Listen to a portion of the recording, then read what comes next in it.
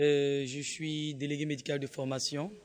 J'ai également un master en marketing, communication et gestion des entreprises. Je travaille dans le développement personnel, dans l'autonomie financière de la femme. Voilà, je suis coordinatrice nationale d'un mouvement de femmes intercesseurs. Donc nous prions pour les nations, nous prions pour le pays, nous prions pour les familles. Voilà, aujourd'hui je suis écrivain. Voilà, je suis mère de 4 enfants, mariée.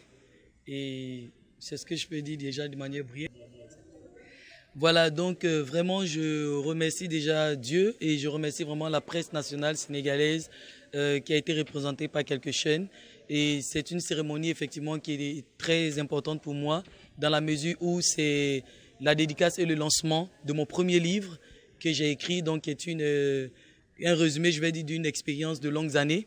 Et c'était vraiment important pour moi que la presse soit là pour ces moments vraiment historiques de ma vie et surtout pour que vraiment la connaissance en fait qui est inscrite dans ce livre soit partagée à une multitude, à commencer par mon peuple sénégalais et puis aux Africains.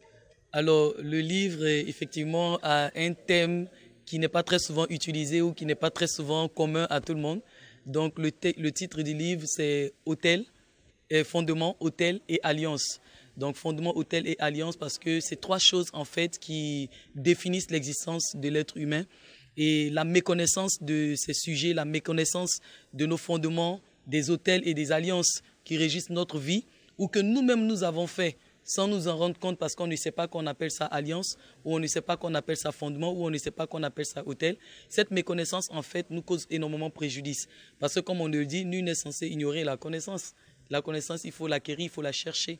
Alors voilà, pour moi, avoir écrit sur ces thèmes-là, je vais dire que c'est une introduction de ce que ce thème-là même renferme. Il y a combien de chapitres? Nous avons 3 grands chapitres, donc fondement, premier chapitre, deuxième chapitre, autel, troisième chapitre, les alliances. D'où viennent les inspirations? Oh, les inspirations me viennent de Dieu, de l'Esprit de Dieu, parce que voilà, je ne l'ai pas apprise dans une école ou dans une université. Voilà, c'est Dieu, notre Créateur qui existe, qui est esprit. Et toute personne qui rentre en contact avec lui d'une manière ou d'une autre, justement, il lui donne les inspirations pour que justement il matérialise ce qu'il a reçu dans le spirituel, dans le physique, pour que cela soit accessible. Oui, parce que je suis déjà une missionnaire dans l'âme. J'aime beaucoup voyager à l'intérieur du pays parce que c'est là-bas la vérité et la fondation et l'origine des choses. Alors effectivement, j'ai choisi Dakar parce que bon, j'ai beaucoup plus déjà de personnes qui ont été impactées, influencées par ce livre-là parce que quand je retourne dans mon pays en 2003 au Sénégal, c'est d'abord à Dakar que j'atterris. Mais aujourd'hui, je vis à Thiès. Aujourd'hui, je vis à Thiès et à partir de Thiès, je voyage beaucoup. J'ai déjà fait les 14 régions du Sénégal pour information à cause justement de tous ces temps comment on appelle ça, d'impactation, de partage de connaissances que je fais dans le pays. Donc c'est un lancement et dans le contexte dans lequel nous sommes, on ne pouvait pas faire venir tous ceux qui étaient dans les régions parce qu'on allait avoir des problèmes. Mais bon, pas quand on le fera, on fera les mêmes cérémonies, mais l'enseignement justement va être voilà, publié un peu partout. Et comme mon mari pouvait me le dire, on va se battre pour faire même si possible une traduction en Wolof. Voilà, il faut que ma thèse soit servie au maximum. C'est une grande responsabilité, je sens plutôt le poids. Je sens plutôt que la responsabilité en fait s'élargit et je pouvais dire à mes guides spirituels que je ne savais pas que être écrivain c'était encore une autre vie. Voilà, c'était encore une autre vie donc je ressens beaucoup. Ah ben ça c'est une merveilleuse question, personne n'a posé la question sur cette page de couverture et je m'attendais à ça. Je m'attendais vraiment à la question, alors que Dieu vous bénisse, merci pour votre boulot parce que vous êtes vraiment pertinent et profond.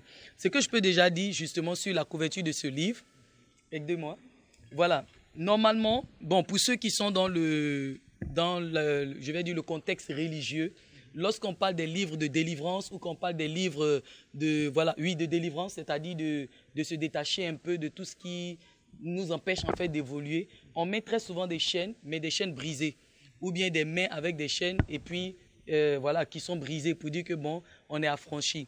Mais là, d'abord, je remercie également ma fille qui a fait cette conception. Je ne sais pas si elle est dans la salle, mais je remercie Tata Laure au passage pour ça. Parce que quand elle l'a fait, elle m'a fait 3 propositions, mais elle ne savait pas laquelle j'allais prendre. Et quand j'ai vu cette proposition, j'ai dit, mais tiens, ça c'est le résumé de ce qui est dans le livre. Et je l'ai appelée, je lui ai dit, mais est-ce que tu sais pourquoi tu as fait ça? Elle me dit, non, je t'ai fait juste 3 propositions. J'ai dit, mais c'est ça qui représente le livre. Pourquoi? Parce que lorsqu'on parle de fondement, comme je l'ai dit tout à l'heure, c'est pas qu'on détruit les fondements et puis allez, c'est fini, on n'en parle plus. Non, on quitte une mauvaise fondation spirituelle pour bâtir une nouvelle fondation spirituelle.